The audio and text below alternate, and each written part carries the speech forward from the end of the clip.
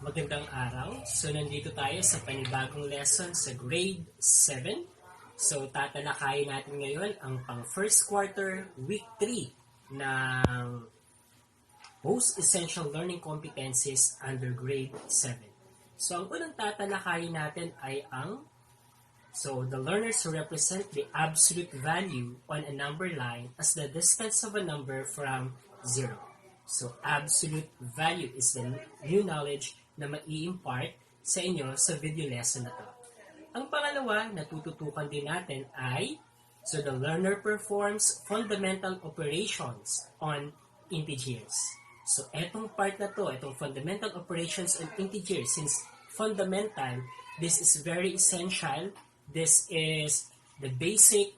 So, dapat etong for fundamental operation on integers, dapat ay alam natin sapagkat kapag ito ay nakaligtaan o hindi natin master, mahihirapan tayo sa math sa mga susunod na araw at sa mga susunod na year level. Kaya mind you, my dear grade 7 learners, dapat master natin itong video lesson na to, nauunawaan natin. Kaya pwedeng ulit-ulitin, pwedeng i-download ito at ulit-ulitin panoorin kung hindi pa master ang operation on integers. Okay, by the way, kung etong video lesson ay kapaki-pakinabang sa inyo at may kakilala kayong grade 7 din, maaari itong i-share sa kanya. Huwag din kalimutan na i-subscribe ang aking YouTube channel para agad-agad ninyong makikita yung mga video lessons na aking ina-upload sa aking channel. At the same time, yung mga nakaraang video lesson ko ay maaari ninyong mapanood kung kayo ay subscriber ng aking YouTube channel. Ito ay libre lamang.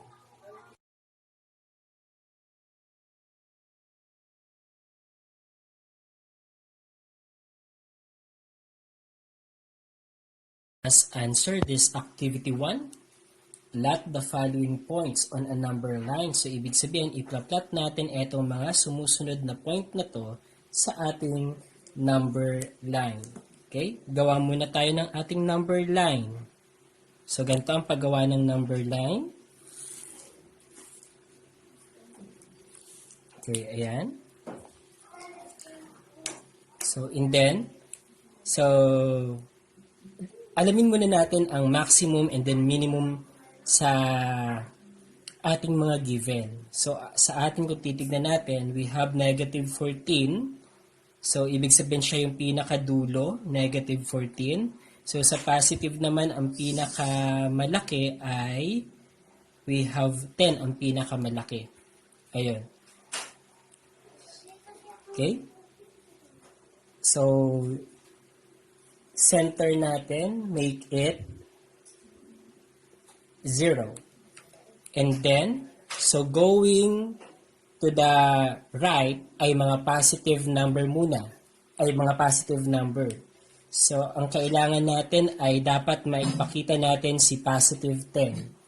So, this is positive 1, positive 2, 3, 4, 5, 6, 7, 8, 9, and then 10.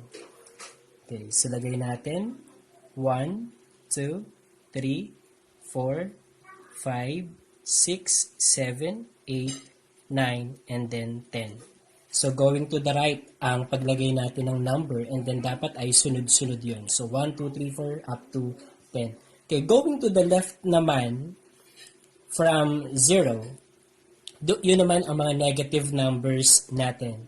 So, magsisimula tayo sa negative 1. Okay, ang kailangan natin ay negative 14.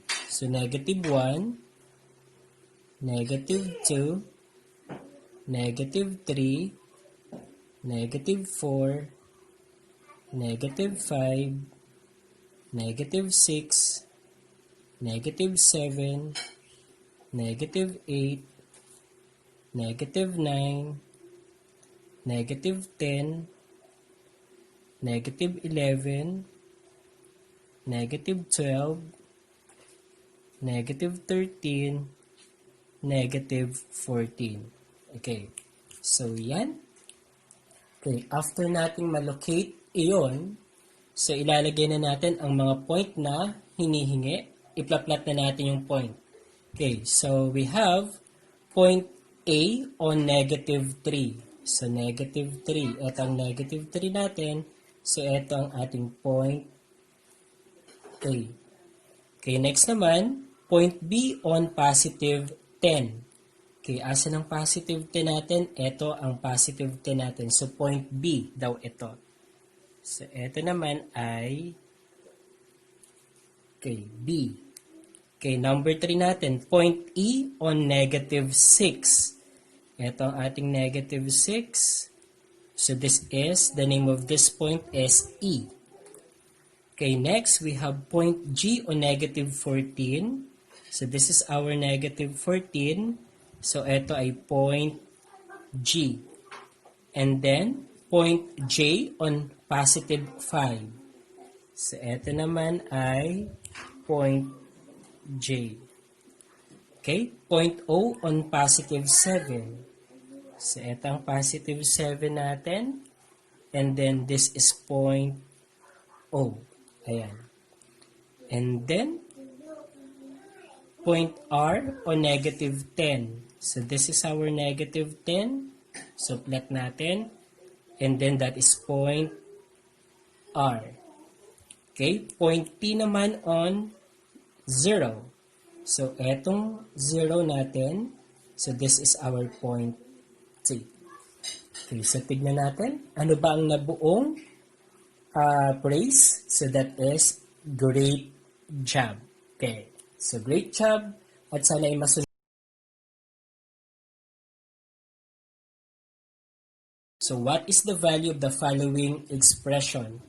So, we have the absolute value of the different integers. Okay, so let us locate or ilo-locate muna natin etong mga to para malaman natin ang sagot dito at para maunawaan nyo rin. Okay, una, so dapat malocate muna natin yung 0. Ayan. So, going to the right ay positive number. So, 1, 2, 3, 4, 5, 6, 7, 8, 9, 10, 11, 12, 13, 14, and 15. Okay, going to the left naman from 0 ay mga negative numbers natin. We have negative 1, negative 2, negative 3, negative 4, negative 5, negative 6, negative 7, negative 8, negative 9, negative 10, negative 11, 12, negative 13, and negative 14. Okay, so since nalagay na natin ang ating number line, so sasagutan na natin ito. So what is the value of the following expression? Ito, pag binasa, absolute value of 12. So let us locate 12. So ang 12 natin ay ito, nandito. Okay. And then, this is the 0. So, kung ito ang 0 at ito ang 12, ang absolute value ng 12 ay ito. Okay, so yung part na yan. So, bibilangin natin yan. So, we have 1, 2, 3, 4, 5, 6, 7, 8, 9, 10, 11, 12. So, the answer here is 12. Okay. Next, number 2. Absolute value of 9. So, asan ang 9? Positive 9. So, itong positive 9 natin. Okay? So, titignan natin ang distance ng 9 na yan from 0. So, ito naman ang ating 9. Okay, bibilangin natin. 1, 2, 3, 4, 5, 6, 7, 8, 9. So, ibig sabihin, ang sagot dito ay 9. Okay, next. 7. Okay, asa ng positive 7 natin? Ito ang positive 7 natin. Okay, distance from 0. So, kung ito ang 0 natin, we have 1, 2, 3, 4, 5, 6, 7. So, ito ay positive 7. Okay, next, we have 2. Ang 2 natin ay ito, positive 2. So, ang absolute value ng 2 ay, so distance from 0, we have 1, 2. So, the answer here is 2. Okay, next. Number 5 tayo. So, ang number 5, absolute value of negative 14. Asan ang negative 14? So, ito ang ating negative 14. So, hahanapin natin ang distansya ng negative 14 from 0. So, tignan natin ito. Okay. So, then magbilang tayo. So, 1, 2, 3, 4, 5, 6, 7, 8, 9, 10, 11, 12, 13, 14. So, here, the answer is 14. Okay. Next, we have negative 3. So, what is the distance of negative 3 from 0? So, we have 1, 2, 3. So, the answer here is 3. Okay, next, negative 8. Ito ang negative 8 natin. So, what is the distance of negative 8 from 0? So, we have positive 8. Next, we have negative 13. What is the distance of negative 13 to 0? So, absolute value of negative 13 is positive 13. Okay, so what have you noticed? So, can we now define the absolute value of a number? So, how can we define it? So, here, we can define absolute value of a number as the distance. Okay, it is a distance of the given number from 0. Okay, from 0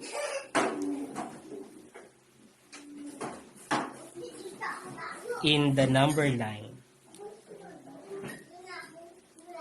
Okay. In the number line, okay, regardless of its direction. Okay, regardless of its direction. Ayan. Okay, to make it short, pwedeng hanggang dito lang, oh. Okay, so pwedeng hanggang dito lang tayo. So it is a distance of a given number from 0. So that is an absolute value. So ibig sabihin, pag pinag-usapan ng absolute value of a number, always positive ang magiging sagot. So ang absolute value ng positive number ay yung mismong number na yon. At ang absolute value naman ng mga negative numbers ay yung opposite number niya or yung corresponding positive number niya. Okay, and then, ang symbol ng ating absolute value ay eto. So, yan. So, nandito sa loob ang number. So, kapag binasa sa absolute value of 12, absolute value of 9, absolute value of 7, absolute value of 2, absolute value of negative 14, absolute value of negative 3, absolute value of negative 8, absolute value of negative 13.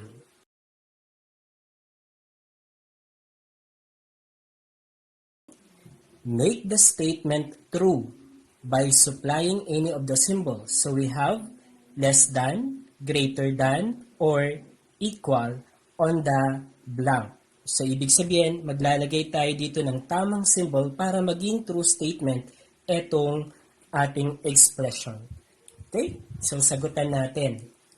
Okay. Kung ang absolute value ng negative 14 ay 14 at ang absolute value ng positive 14 ay 14, comparing the two, they are what? Less than, greater than, or equal? The answer is equal. So, ibig sabihin, dito ang sagot natin ay equal dapat. Okay, letter B tayo. Absolute value ng 15 ay 15. Absolute value ng negative 13 ay 13. Compare natin ang dalawa. 15 is what compared to 13? So, that is mas mataas. So, greater than. So, asa ng greater than natin? Ito ang greater than natin. Kapag binuka natin ang dalawang daliri natin sa ating ng ating right hand ay magbibigay iyon sa atin ng greater than symbol. Okay, next. Letter C naman tayo. Absolute value ng 2 ay 2. Absolute value ng negative 3 ay 3. So, compare the 2. So, 2 compared to 3, that is less than. Mas mababa ang 2 kaysa kay 3. Kaya, dito, ang symbol ay less than. Okay, kay letter D naman, absolute value ng 9 ay 9. Absolute value ng 7 ay 7. So, compare the two. Ang 9 ba ay mas mataas, mas mababa, or equal kay 7? So, that is mas taas. So, ibig sabihin, that is greater than. So, this is the greater than symbol. Okay, next tayo. Kay letter E.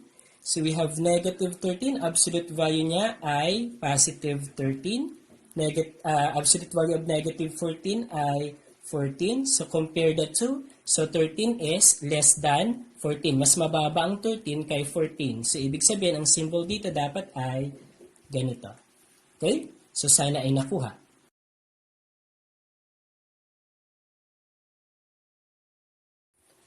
Activity 4 naman tayo. So, solve for the variable x. So, ano kaya ang posibleng maging value ng ating x? So, absolute value of x is equal to 13. So, sa palagay nyo, ano kaya ang possible value ng ating x? So, eto magkakaroon tayo ng dalawang possible value ng x natin. So, tignan natin. Kung ang x natin ay negative 13, ang result niya ba ay positive 13? Yes. Kung ang x natin ay 13, ang absolute value ba nito ay 13? Yes. So, ibig sabihin, ang value ng x natin dito ay negative 13 at positive 13. So, ang x natin ay negative 13 at positive 13. So, negative 13 and positive 13. Okay, so what about kaya sa B? So, sa palagay nyo, ano ang value ng ating x? If the absolute value of x is equal to 1. Okay, so ang sagot dito ay, so pwede siyang negative 1 because the absolute value of negative 1 is positive 1. Pwede rin siyang positive 1 because the absolute value of positive 1 is still 1. So, ang value ng x natin ay negative 1 and positive 1. Okay. Letter C tayo. So, sa palagay nyo, anong sagot? So, kung ang sagot nyo ay x is equal to negative 10 and positive 10, tama ang inyong sagot. Okay, mahusay. Okay, next. Dito tayo sa activity 5. Paano kaya gagawin ito? Okay? So, activity 5, simplify the following. So, ang letter A problem natin ay the absolute value of 100 minus 37. So, naka-enclose sa absolute value symbol ang 100 minus 37. So, ano kaya ang gagawin natin dito? So, una, isusubtract natin ang 100 minus 37. So, 100 minus 37. So, we will rename. Ito magiging 10. Ito naman ay magiging 9.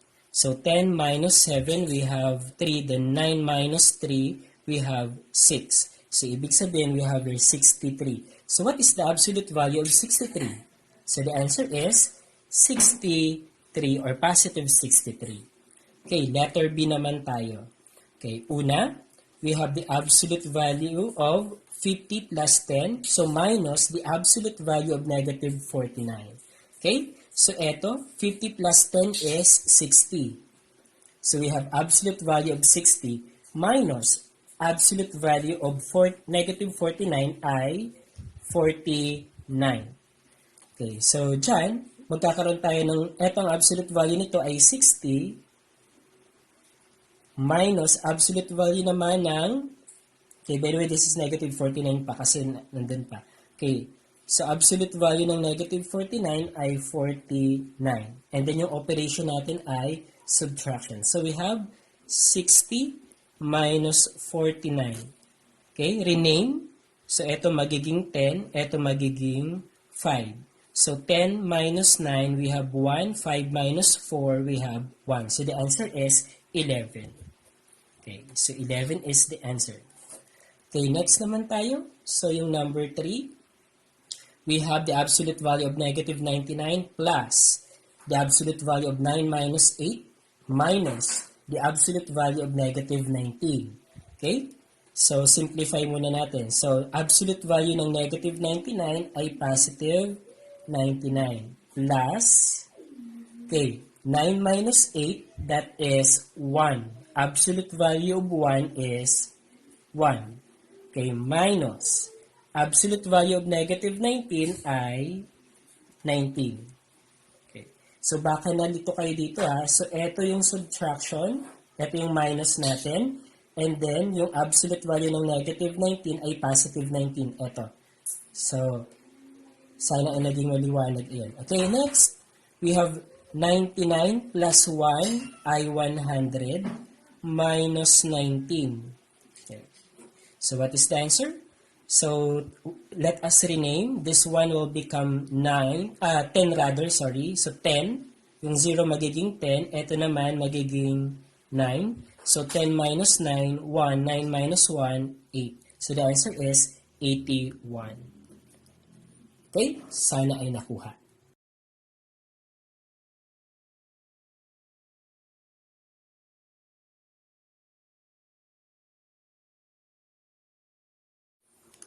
Okay, so since we are encountering positive numbers, negative numbers, so let us discuss now what is an integer. So pag sinabi nating integer, so ito ang composition nito ay positive numbers.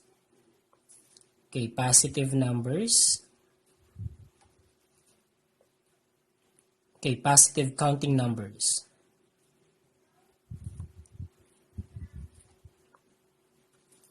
Negative counting numbers at ang ating 0. So, ibig sabihin, last time nakikita natin yung number line, no? So, eto, for example, eto yung number line. Ang integer natin ay 0. Pagkatapos yung mga positive counting numbers na nasa right ng 0. And then, since ang number line natin ay meron tayong arrow, ibig sabihin continuous yun. So, alam natin na walang katapusan ang pagbibilang, di ba? So, it is infinite. Continuation. Okay, dito naman, so ito ay mga positive numbers. Okay, so, going to the left naman, from 0, ay ang ating mga negative numbers. So, itong mga nandito, mga negative numbers yan, at may arrow din tayo dito, ibig sabihin continuous, iyon. So, billion, trillion, etc. Ayun, hanggang sa napakaliit na numbers. So, kapag negative, mas mataas na absolute value, ibig sabihin, mas maliit yung kanyang pinaka-value talaga. Kay positive naman, habang tumataas yung number, ibig sabihin, lumalaki rin ang value niya. So, that's it. Okay, so pag sinabi natin integers, ang composition niya ay positive counting numbers. So, ang counting number natin ay 1, 2, 3, 4, 5, 6, 7, 8, 9, 10, and so on. Kaya siya may arrowhead kasi continuous. Okay, negative counting numbers, so ito naman, so, tuloy-tuloy rin yan, continuous rin yan, at napakarami. So, that is the opposite of the positive numbers. So, negative numbers. And then, plus 0. Okay, my question here is, kasama ba ang fractions? Kasama ba ang 3 halves? Kasama ba ang 1/4? Kasama ba ang 2/3? Kasama ba ang ibang klaseng fraction dito sa ating integer? Hindi, kasi hindi naman sila counting numbers. Hindi naman sila natural numbers. So, ang composition lang ng ating integer ay eto lang. Sana ay naging maliwanag iyon. Okay. Next. So, dito tayo. So, pag sinabi natin integer, itatalakayin natin dyan ang 4 na operation. So, ito yung 4 basic operation ng integers. Kaya dapat ay tutok tayo kasi ito ang pinaka-basic ng high school mathematics. Kaya dapat ay ito ay maintindihan. Hindi pwedeng hindi ito maunawaan sapagkat yung mga susunod na topic ay lagi nang involved ang ating integers. Okay? So, dito tayo. Illustrate the following to find the sum. So, pag sinabi nating sum, that is the answer for the operation addition. Yan yung sagot. Ano po? Yan yung answer natin kapag nag-a-add tayo ng numbers. Okay. i-illustrate natin ang sum of positive 5 and positive 3. So, paano kaya natin i-illustrate ito? So, tignan nyo to. So, since 5 positive numbers yan, 1, 2, 3, 4, 5. Okay, next, tatlong positive and positive 3. So, positive ulit siya. 1, 2, 3. Okay. Ilan lahat na positive numbers yan? 1, 2, 3, 4, 5, 6, 7, 8. So, ibig sabihin, ang sagot ay positive 8 kasi pare-pareho silang positive. Okay, next. Sum of negative 2 and negative 3. Okay, eto naman, dalawang negative. Dinagdagan ng tatlong negative. 1, 2, 3. Pag pinagsama, ilan sila lahat? 1, 2, 3, 4, 5. So that is equal to 5 and then negative. So negative 5 siya. Okay, next. Sum of negative 8 and positive 5. So gawin natin. 8 negative. 1, 2, 3, 4, 5, 6, 7, 8. And then, idadagdag natin ang 5 positive. 1, 2, 3, 4, 5. Ano kaya ang magiging result dito? So, observe niyo. So, etong positive, negative, maka-cancel out, cancel out, cancel out, cancel out, cancel out. Ilan ang natira? 1, 2, 3. So, 3. Ano ang sign? Negative. So, ang sagot ay negative 3. Okay, yung last natin, sum of positive 10 and negative 6. So, tignan natin.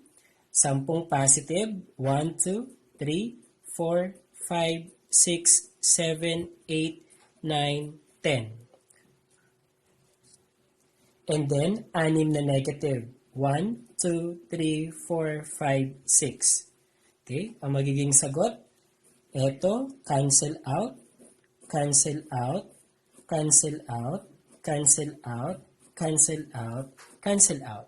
Natira, 1, 2, 3, 4. So, 4. Ano ang sign? Positive. So, we have positive 4. Okay? Sana naunawaan yan. Malaki ang tulong yan.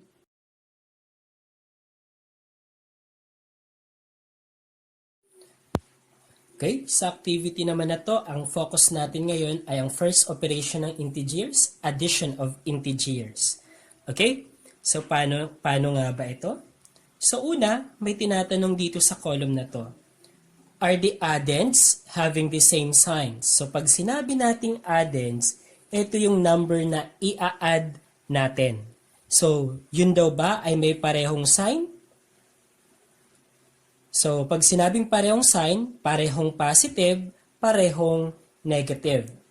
Okay, if yes, add the absolute values of the addends, then copy the sign. So, tignan niyo natin. 99 plus 67. Okay, pareho ba ang sign nila? Pareho, positive, positive eh. Okay, so eto, pasok to dito. Okay. So, i-add ang absolute value. So, absolute value ng 99 ay 99. Okay, pagkatapos ay, absolute value naman ng 67 ay 67. And then, i-add lang natin yung absolute value niya. So, what is the answer for that? Okay, so 99 plus 67. So, 9 plus 7, 16. So, 9, 10, 16. So, we have 166. And then, copy the sign. So, pareho naman siyang positive. Kaya, positive 166. Okay, tignan natin ang ating pangalawa. Pareho pa rin siyang positive numbers. So, ibig sabihin, i-add lang natin siya. So, 103 plus 998 is equal to. So, 8, 9, 10, 11. Rename. So, we have 10. So, rename. Okay, 9, 10, 11. So, we have 1,111. So, dito ay 1,101 rather, sorry, kanina. Okay, and then ano ang sign? Ang sign ay positive. Okay, next tayo. Okay, ang sunod naman ay negative 56 plus negative 67. Andito pa rin ba siya? Pareho pa ba ang sign ng addends natin? So negative saka negative, pareho pa. So both are negative. So ibig sabihin, add the absolute value pa rin tayo. Absolute value ng 56 ay positive 56. Absolute value ng negative 67 ay positive 67. And then, add. Okay, 6 plus 7, 13. Carry 1. We have 12. So, 5 plus 1, 6 plus 6, 12. So, we have 123. Okay, 123. And then, copy the sign. What are the signs of the addends? Both are negative, so dapat ito ay negative. So, negative 123 is the answer. Okay, next, number 4 tayo. So, negative 123 plus negative 876. So, both are negative. So, kapag both are negative, add the absolute value. So, 123 plus 876. Add natin 6 plus 3, 9. 7 plus 2, 9. 8 plus 1, 9. So here we have 999. And then what is the sign? The sign is negative because both are negative and we are adding integers. Nag-a-add tayo ng integers. Okay, next naman. Dito tayo. So, 23 plus negative 50. So, positive 23 to, negative 50 ito. Pareho pa ba ang sign? Hindi na. So, hindi na tayo dito. Dito naman tayo sa kabila. Are the addends having different signs? So, magkaiba daw ba ang sign ng addends natin? So, one is negative while the other is positive or vice versa of it? Okay. So, tignan natin. So, etong 23 plus negative 50, dito siya magfo-fall. Magkaiba ang kanyang signs. So, dahil magkaiba ang signs niya, ano ang gagawin natin? If yes, so kung magkaiba ang sign ng ating addends, subtract the absolute value of the addends. Then, copy the sign of the addend with higher absolute value. So, isusubtract daw natin. So, let us subtract. Okay, so ito ay 23. Kaya ang absolute value niya ay 23. Yung isa naman ay 50. So, kung titignan natin, mas mataas ang 50 kumpara kay 23. So, ibig sabihin, ang 23 ang ima-minus natin kay 50. So, i-rearrange natin siya in this case. Okay, and then subtract tayo. So, 0 minus 3 cannot be renamed. So, magiging 10 ang 0. Ito namang 5 magiging 4. So, 10 minus 3, 7 tayo. 4 minus 2, we have 2. So, we have 27. So, dito, 27 ang sagot. And then copy the sign of the addend with a higher absolute value.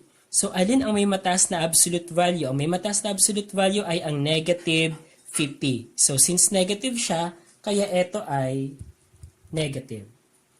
Okay, next. Dito tayo. Negative 100 plus 69.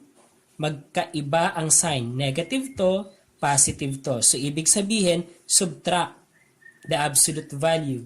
So, we have 100 minus 69. So, rename. So, yung 0 magiging 10. Yung 10 magiging 9. So, 10 minus 9, 1. 9 minus 6, 3. Okay, so we have 31. Ano ang magiging sign? So, copy the sign of the addend with a higher absolute value. Alin ang may mataas na absolute value?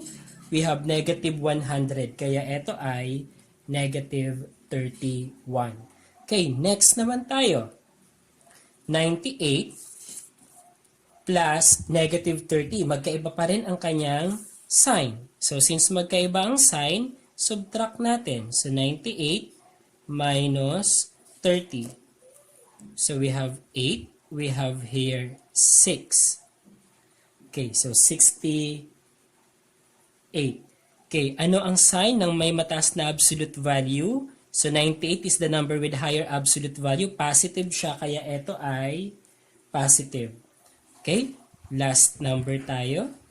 So, negative 29 plus 150.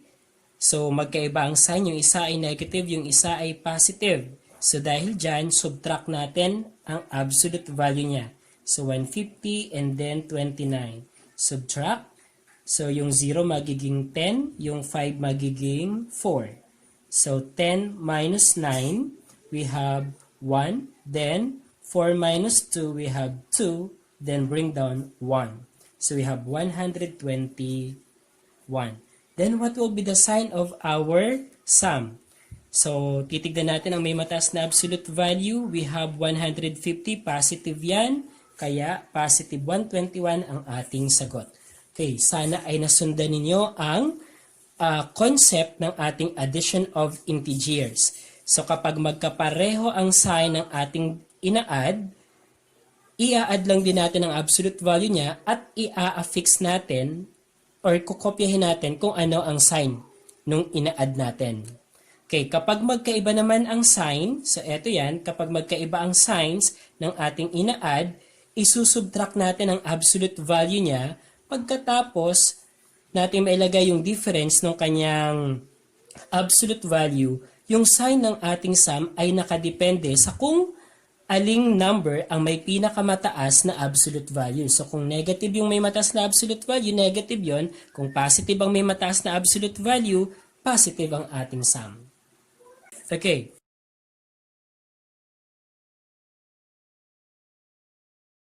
Another operation of integers tayo, subtraction of integers. Okay? So, ito ay complete the table below to find the difference. So, pag sinabi nating difference, yan naman ang sagot kapag nagsusubtract tayo ng numbers. So, difference. Kung kay addition meron tayong sum, kay subtraction naman meron tayong difference. Okay. So, ito yung mga problem natin. And then, ito yung guide natin para makuha natin ang difference ng ating mga problem. Okay? So, change the sign of the subtrahend, then proceed to addition. So, we encounter subtrahend. Ano bang ibig sabihin nito? Okay. So, sa problem kasi natin, ang unang mga numbers, etong mga unang numbers natin, yan, negative 21, negative 88, 45, 50, 35, yung mga yan ay tinatawag na minuend. Ito naman, etong mga bar na nasa gitna, yan ang operation natin na subtraction. So, yan yung operation natin. Okay. And then, etong pangalawang number naman na ima-minus natin dun sa una, ito ang mga tinatawag nating subtrahend.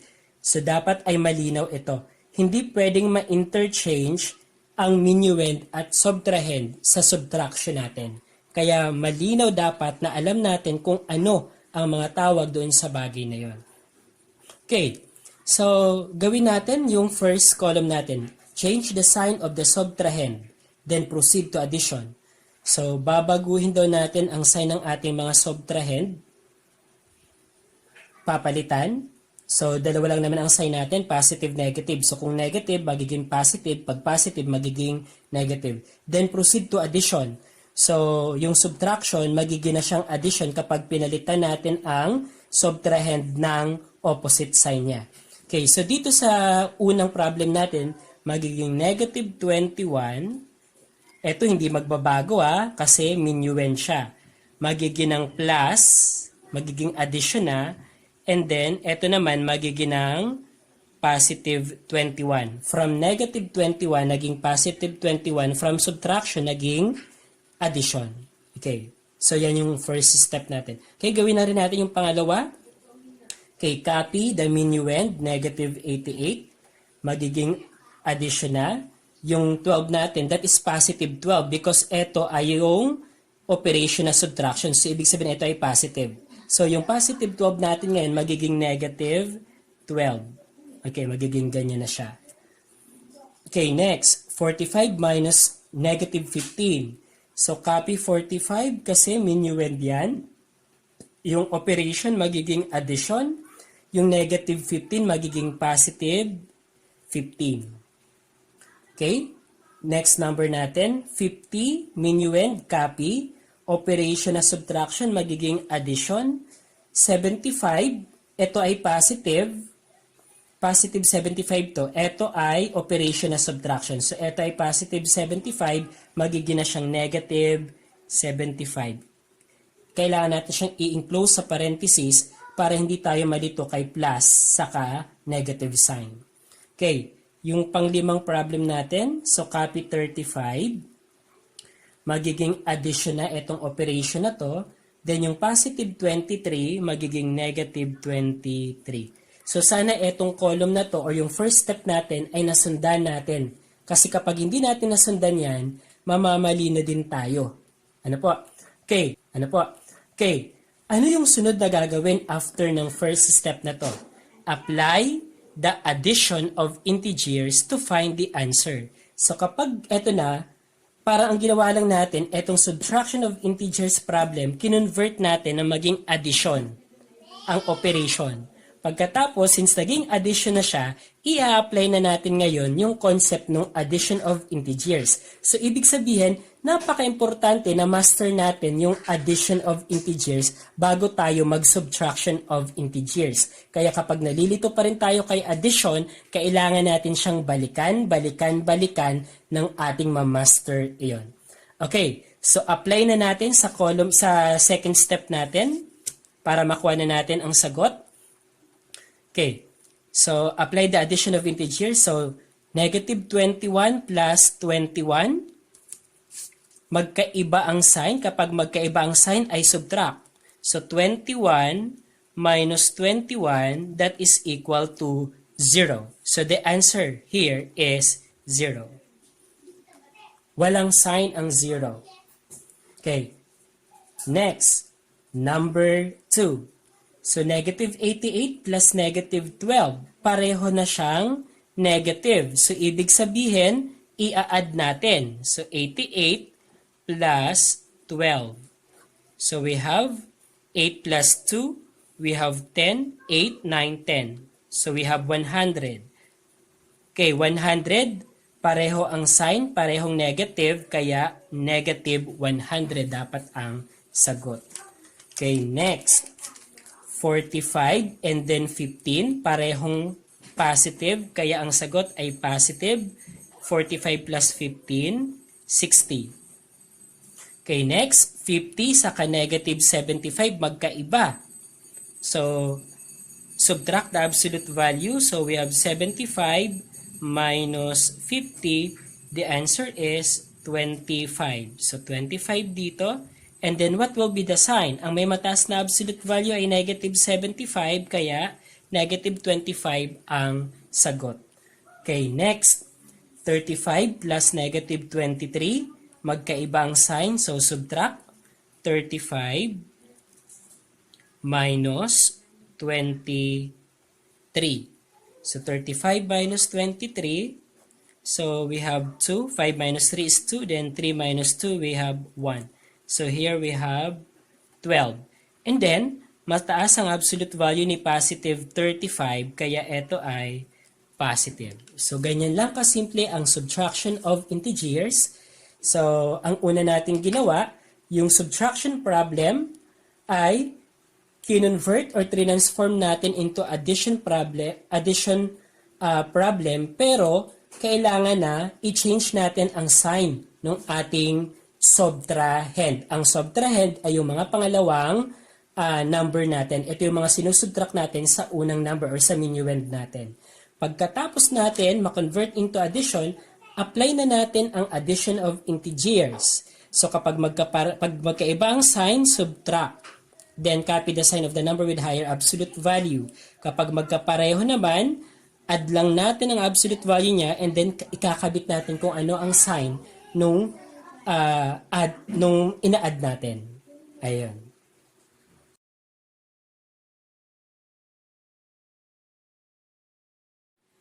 Next operation tayo, pangatlong operation, multiplication of integers.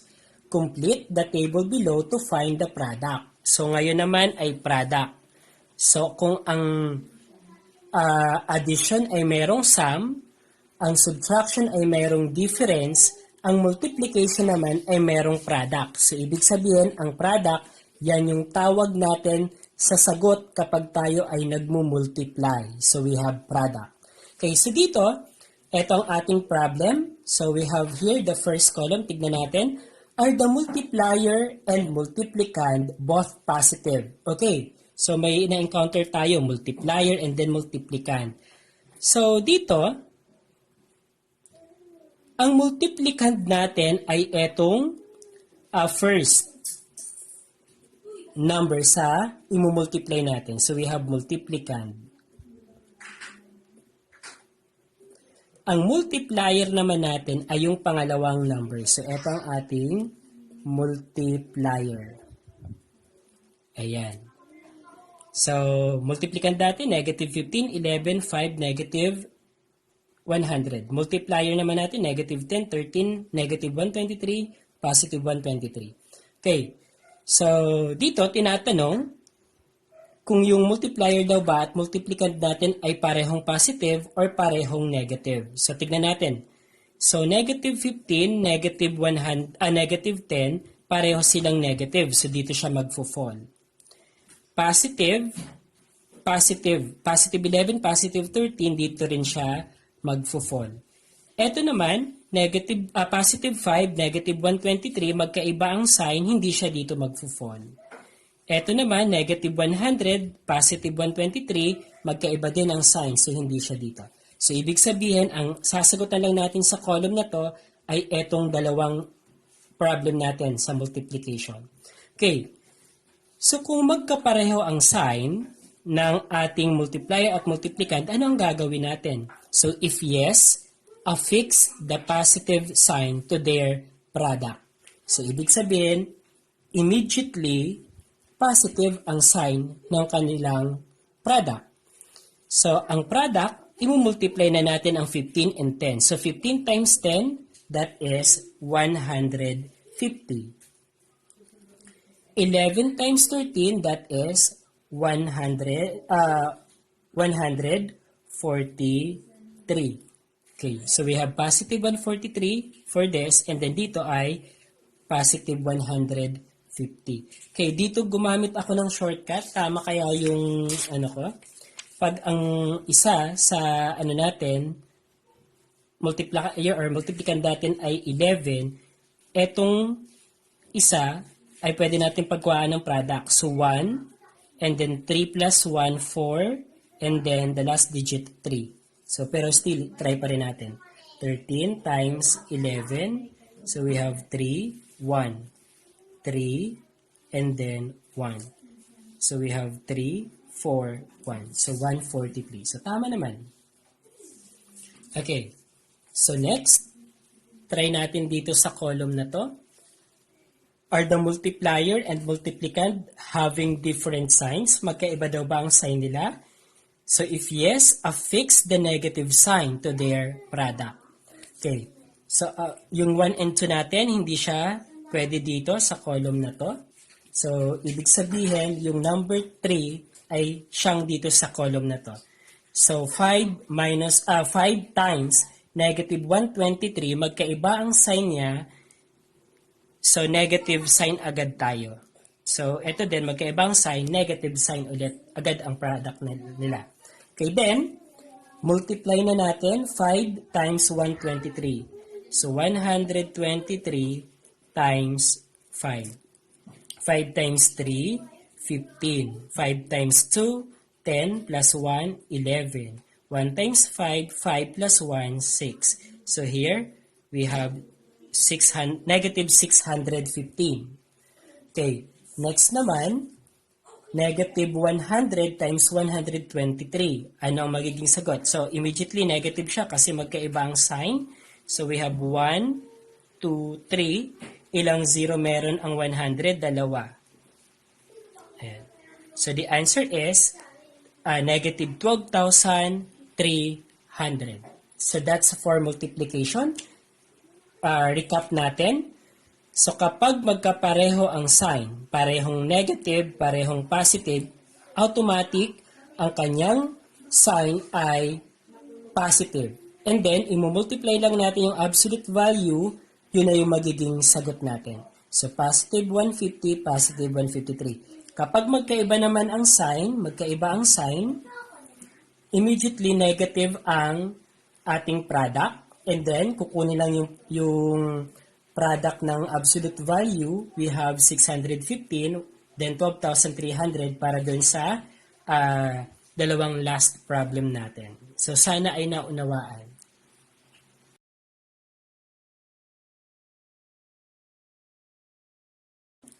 Okay, so ang pang-apat na operation ay division of integers.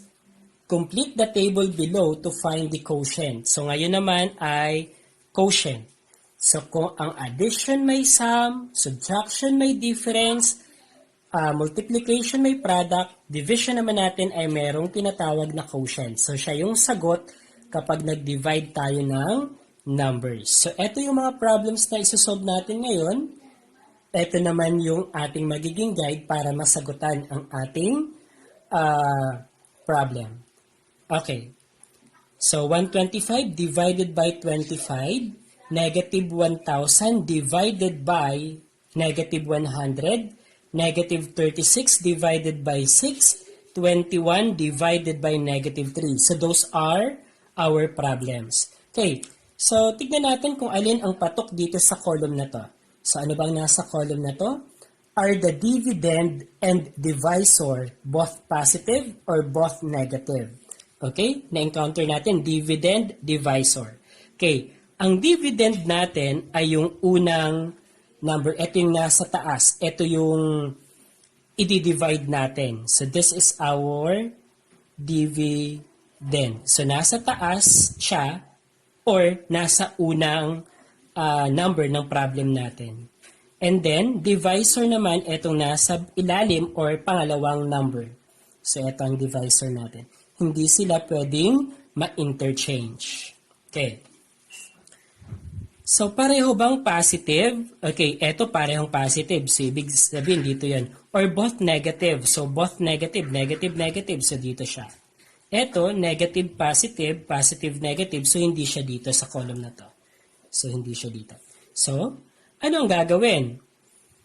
So, kung parehong positive or parehong negative ang ating problem sa division, affix the positive sign to their quotient. So, affix, ikakabit natin ang positive sign sa kanilang quotient. Ibig sabihin, i-divide na natin ang absolute value noon. So, 125 divided by 25.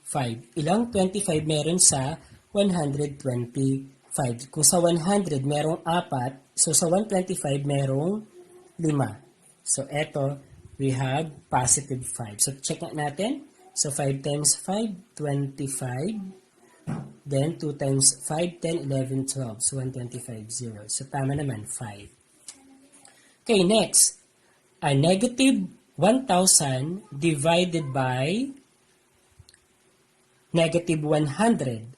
So dito, since pareho silang multiples of 10, so ang gagawin natin dito, ika-cancel out lang natin yung dalawang zeros sa dulo. Kasi, ibig sabihin, ito ay divisible by 100, ito ay divisible by 100 din. Okay, ano ang natira? We have 10. So, 10 divided by 1 is 10. So, ang sagot dito ay positive 10. So, kasi negative divided by negative. So, kapag magkapareho ang sign, immediately, ang quotient natin ay positive. And then, i-divide lang natin yung absolute value ng given, yun na ang ilalagay natin na number doon. Okay? Next naman. Are the dividend and divisor having different signs? So, magkaiba daw ba ang sign ng dividend at divisor? If yes, affix the negative sign to their quotient. So, na-check na natin, eto magkaiba ang sign, eto magkaiba ang sign. So, immediately, negative sign ang quotient nila. And then, divide na natin. 36 divided by 6, we have 6.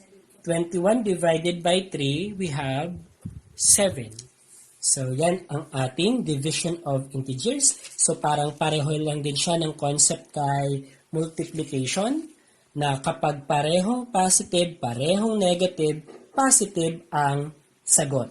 Kapag magkaiba ang sign, negative immediately ang ating sagot. Okay, sana'y naunawaan at nasundan.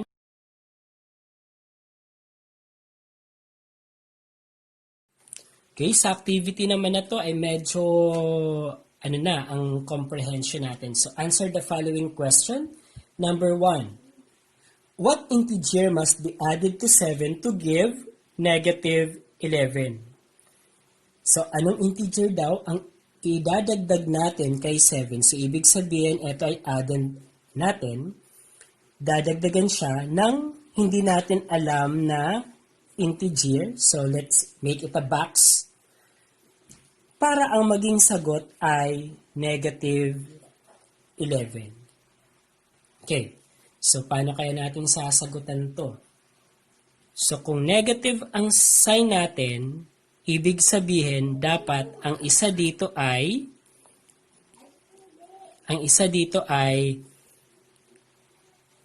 negative. At siya dapat yung may mataas na number, na absolute value. Okay, so pwede natin gawin ganito. So, eto, itra-transpose natin sa kabila. Or, ang gagawin natin, pwede tayong mag-add. Okay. So, 7 plus blank is equal to negative 11. So, dapat mawala ito dito. Para mawala ito dito, mag-add tayo ng negative 7 sa kanya. Dito din ay negative 7 din. Okay. 7 plus negative 7, unlike sign subtract, 7 minus 7, 0. So, mawawala na to, makakancel out na to. Ang natira dito ay yung box or yung missing integer natin. So, negative 11 plus negative 7, parehong negative. So, ibig sabihin, ang sum niya, negative. And then, 11 plus 7, 18. So, ibig sabihin, ang integer na hinahanap natin dito ay negative 18. Okay, next, number 2 naman tayo. What integer must be subtracted from 23? So, that will give negative 10 as difference. So, subtraction naman ito. So, anong integer daw ang isusubtract sa 23? So, minus, ito yung integer na hindi natin alam pa ngayon. That will give us negative 10 as difference. Okay, so ito na ang ating problem. Ang hinahanap natin ay kung ano ang nandito sa box na to. Okay?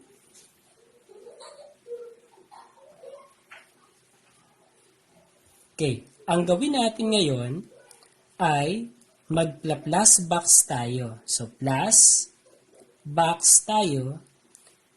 And then,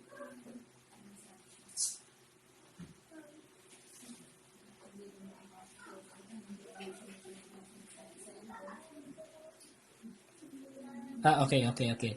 So, hindi etong plus box. So, etong 23, tanggalin natin to. So, para mawala yan, mag-a-add tayo ng negative 23. So, add rin tayo dito ng negative 23. Okay?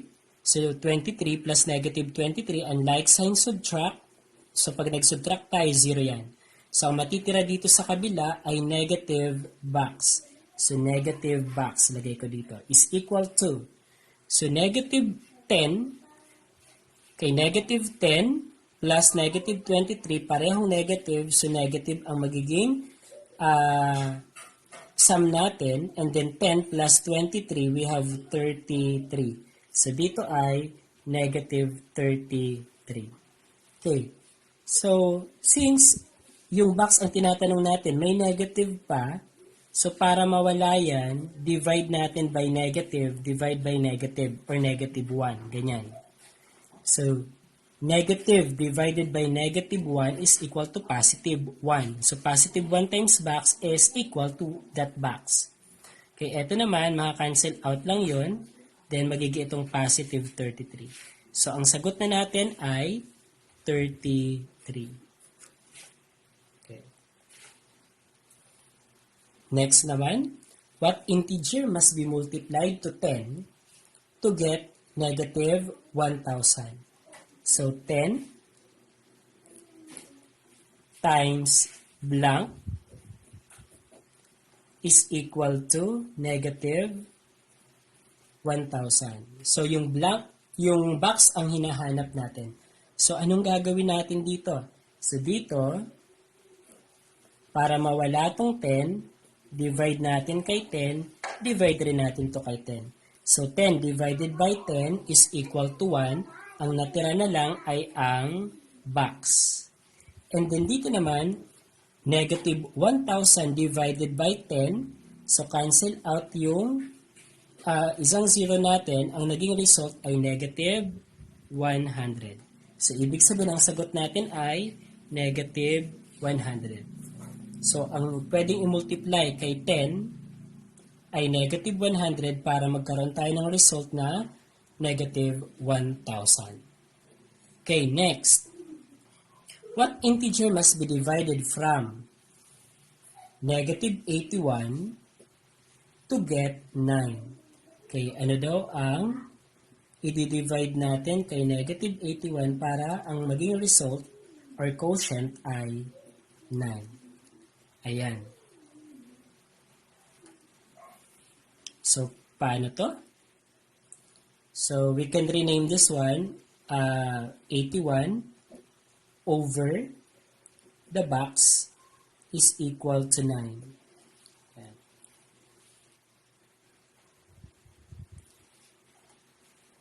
Okay, so dito, ito ay meron tayong 1. So, pwede tayo mag-cross multiplication. 1 times negative 81 is negative 81.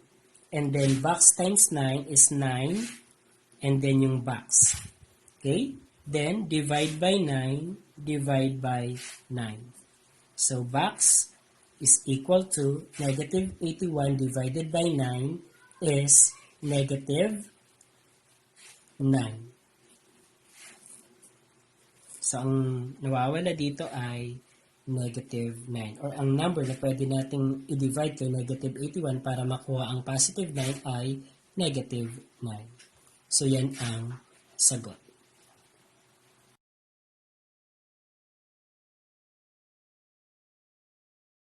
Okay, nasa last activity na tayo.